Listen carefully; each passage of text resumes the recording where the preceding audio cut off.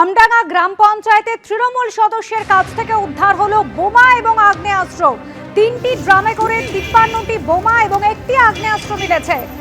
আমডাঙ্গা গ্রাম পঞ্চায়েতের তৃণমূল সদস্য তার কাছ থেকে এই বোমা এবং আগ্নেয়াস্ত্র উদ্ধার হয়েছে।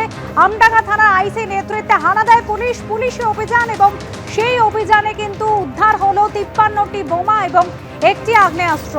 সমীরণ পাল আমাদের প্রতিনিধি রয়েছেন আমাদের সঙ্গে টেলিফোন লাইনে। সমীরণ, তৃণমূল সদস্য তার কাছ থেকে বোমা এবং আগ্নেয়াস্ত্র উদ্ধার হয়েছে, গ্রেপ্তারও হয়েছে তৃণমূল সদস্য। একেবারে গত বছর আমডাঙ্গা গ্রাম পঞ্চায়েতের তৃণমূলের প্রধান রূপচাঁদ মণ্ডল, যাকে কামদেবপুর বাজারে বোমা মেরে নৃশংসভাবে খুন করা হয়েছিল, সেই গ্রাম পঞ্চায়েতেরই তৃণমূল সদস্য পঞ্চায়েত সদস্য আবু তালেব মণ্ডলকে গতকাল আমডাঙ্গা থানার পুলিশ গ্রেপ্তার করেছে। পুলিশ গতকাল আমডাঙ্গা থানার আইসি রাজকুমার সরকারের নেতৃত্বে বিশাল পুলিশ বাহিনী গতকাল খেলিয়া গ্রামে তল্লাশি চালায়। পুলিশের কাছে খবর ছিল যে খেলিয়া গ্রামে একটি জমি নিয়ে বিবাদের জেরে প্রচুর অস্ত্র এবং বোমা মজুত রাখা ছিল। আগ্নেয়াস্ত্র এবং প্রায় 3টি ড্রামে মোট 53টি বোমা একটি বাড়ির পাশে রাখা ছিল।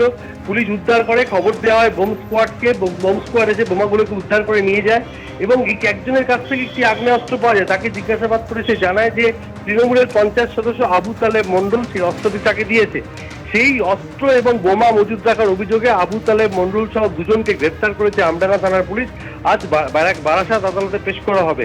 প্রশ্ন হচ্ছে, তৃণমূলের পঞ্চায়েত সদস্য একটি জমি নিয়ে বিবাদের জেরে অস্ত্র এবং বোমা মজুত রেখেছিল কি কারণে, সেই নিয়ে তদন্ত শুরু হয়েছে এবং পুলিশ সূত্রে যেটা খবর যে বেশ কয়েকদিন ধরে জমি নিয়ে বিবাদ চলছিল, সেই বিবাদে জড়িয়ে পড়েন তৃণমূলের গ্রাম পঞ্চায়েত সদস্য আবু তালেব মণ্ডল এবং তার জন্যই তিনি বোমা এবং অস্ত্র মজুত রেখেছিলেন। গতকাল আমডাঙ্গা থানার আইসির নেতৃত্বে বিশাল পুলিশ বাহিনী গিয়ে তল্লাশি চালিয়ে 53টি বোমা এবং একটি আগ্নেয়াস্ত্র উদ্ধার করেছে এবং দুজনকে গ্রেপ্তার করেছে।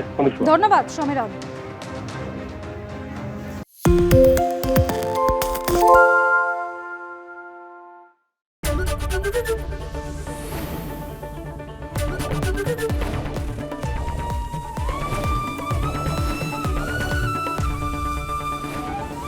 এবিপি আনন্দ, এগিয়ে থাকে, এগিয়ে রাখে। সত্য অন্তহীন, সত্যের খোঁজও তাই, সত্য সন্ধানে তাই আমরা অক্লান্ত, অকুতভয়। এবিপি আনন্দ নতুন ভাবনার প্রতীক, যা মনে মুক্ত, তথ্যে যুক্ত এবং যাবতীয় সীমানার বাঁধন থেকে মুক্ত। সীমা না শব্দটির মধ্যে লুকিয়ে আছে মানা শব্দটি, যেন চোখ রাঙানি এক অদৃশ্য বেড়াজাল, যা আটকে রাখে আমাদের এক ছোট্ট গণ্ডির মধ্যে। একমাত্র সঠিক খবরই গড়ে তুলবে এক মুক্ত সমাজ। সেই জগৎ গড়ার লক্ষ্যে কোনো সীমানার ঠুকুটি আমরা মানব না। এবিপি আনন্দ, এগিয়ে থাকে, এগিয়ে রাখে।